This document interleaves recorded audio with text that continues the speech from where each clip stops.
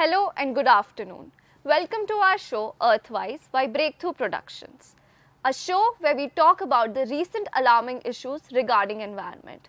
Today we have a very special guest with us, Sandeep Anirudhan, who is an environmentalist who has worked in Bangalore and all the nearby places to preserve the flora and fauna.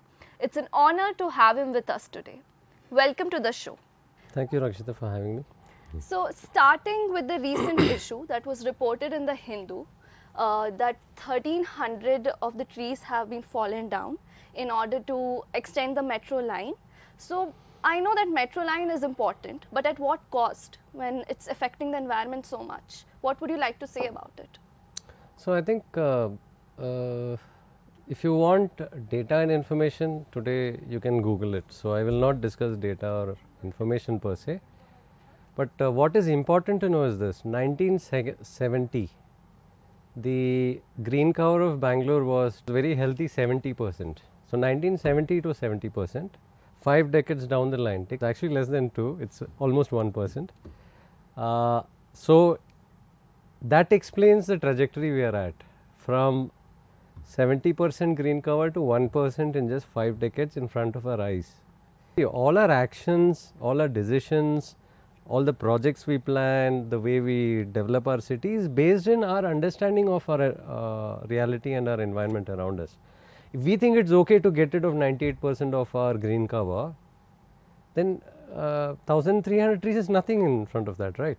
So, this is where it boils down to. So, if you ask me why those trees are getting cut, it's because we didn't plan a metro system that could have been underground. As we were talking about eco-literacy, so how much do you think it's there in Bangalore? And how much needs to be, how much more people need to be aware about it?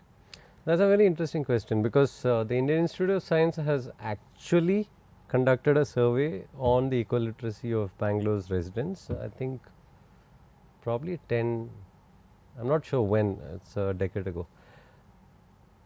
The eco-literacy of Bangalore at that time was 3%, and assuming that we are a very cosmopolitan, highly literate and educated city, and if you look at 3% as eco-literate, then you can imagine how the rest of the country could be possibly. So, it's not very encouraging. So, there is a new concept of Miyawaki forests. So, how do you think it's going to impact the environment, and what is its overall impact that it will have? See, Miyawaki plantation is just a technique of, if you ask me, it's just a technique of planting like any other planting. But what they do in this system is they close crop the trees and they provide a lot of nutrition into the soil to accelerate the growth at a very quick pace. So, what would typically take about 100 years to build, they try to build it in 10 years. But it's not necessarily the best solution, it's not the ideal solution, because it is not natural. A natural plantation always means trees grow at their own pace. The bottom line in any vegetation, when you are discussing vegetation, like I say, always go to the basics. And if you go to the basics, be it in forestation or be it in agriculture, you are always talking about the soil. If your soil is in a natural state, and when you say natural, you are talking of regenerative. Anything that we do which kills the soil is not regenerative, it is not natural. If it is regenerative, and the only way you can judge if a soil is regenerative is if it is covered. When it is covered with natural mulch, organic matter, then you have microbes under it, it will thrive. You do not require any intervention, you do not have to water, you do not have to put manure or anything else.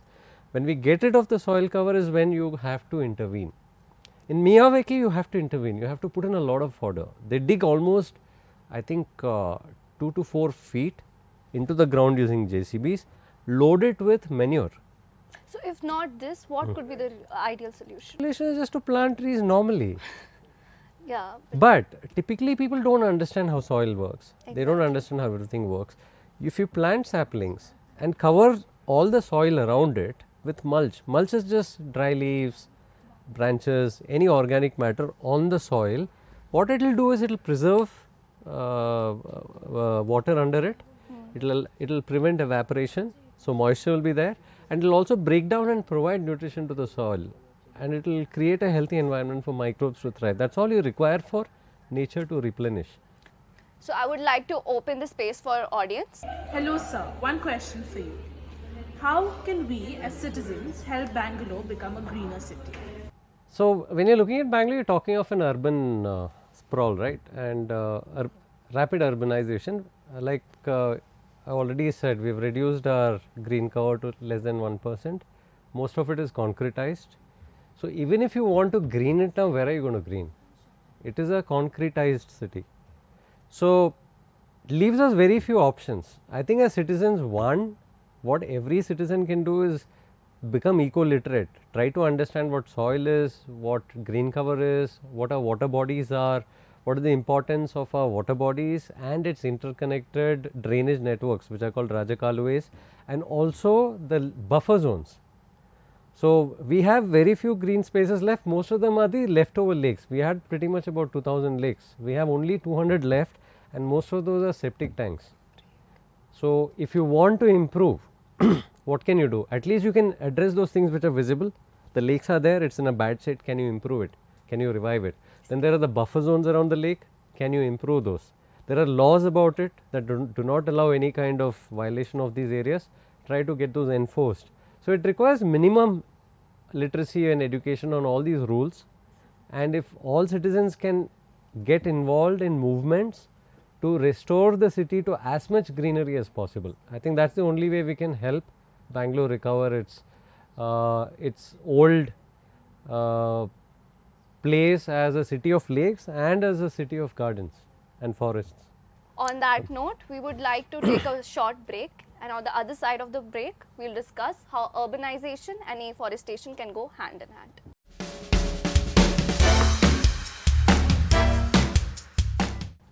Welcome back, sir.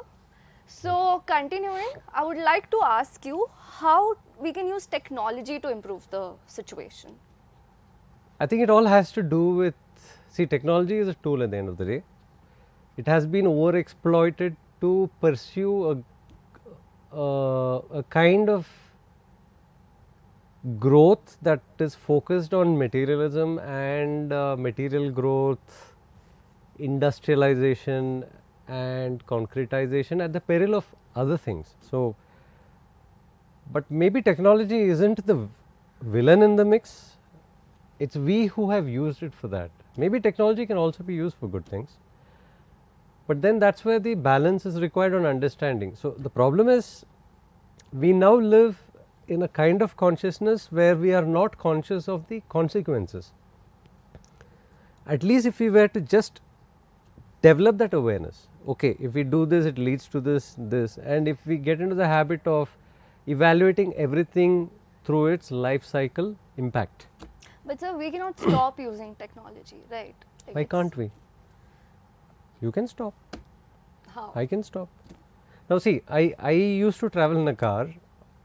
For the last 7 to 8 years I use public transport. It is just that I am conscious that using a car is so much more worse for the environment, and if I use public transport I am advocating a better solution.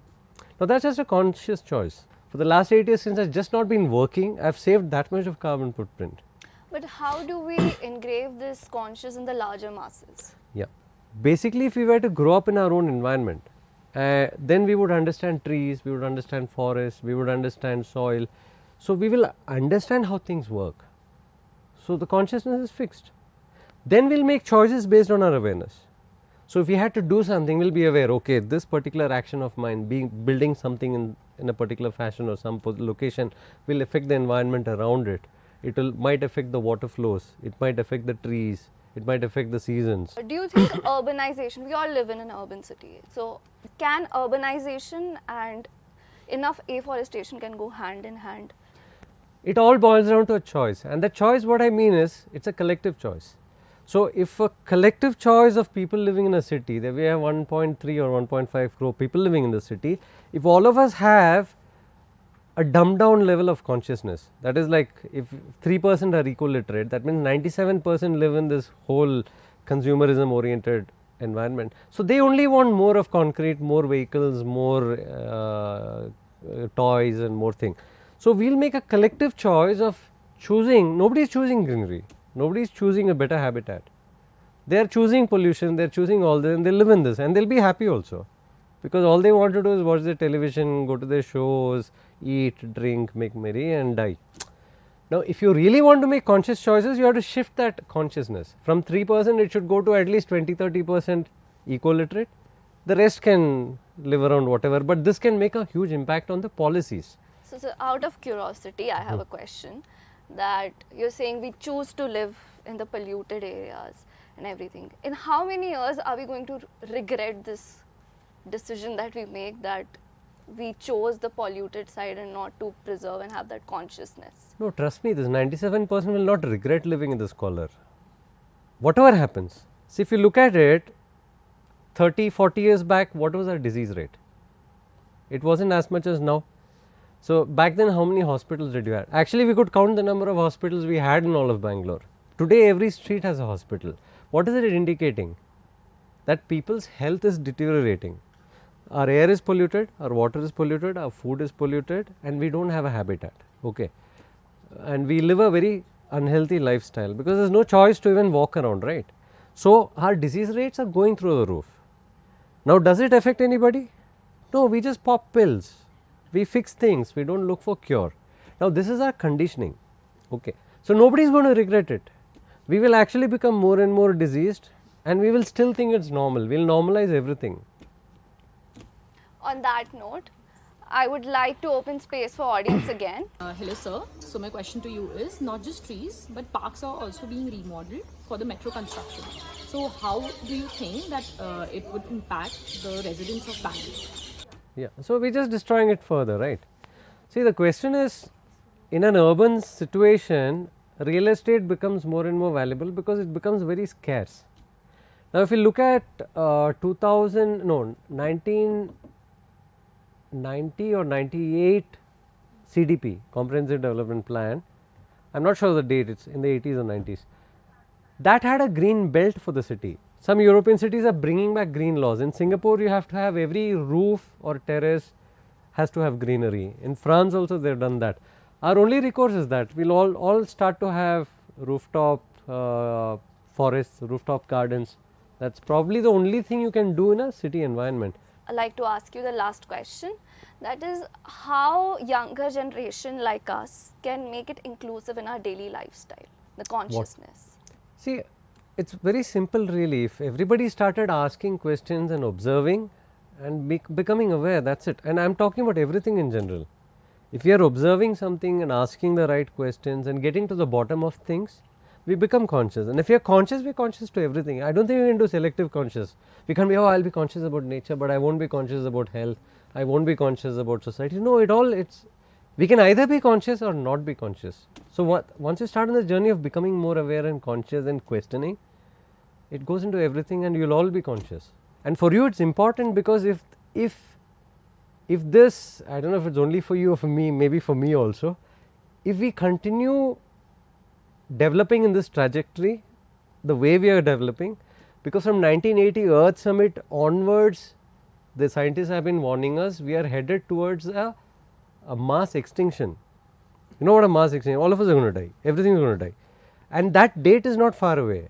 It could probably happen in 10 years. It could happen in 20 years. If you're lucky, it's another 50 years, or if you're super lucky, it's 100 years. Which means, this is what scientists are saying for the last 50-60 years. Now, if we can't see it even now, we are actually walking into the fire. On that note, it was great to have you, sir. Today, we are much aware what's happening around, what we need to do. And the one thing that I personally learned about is the consciousness that is very important to preserve the environment. Quoting our guest today, as we are walking towards fire, now is the time to actually think about the environment. Thank you, sir. A pleasure.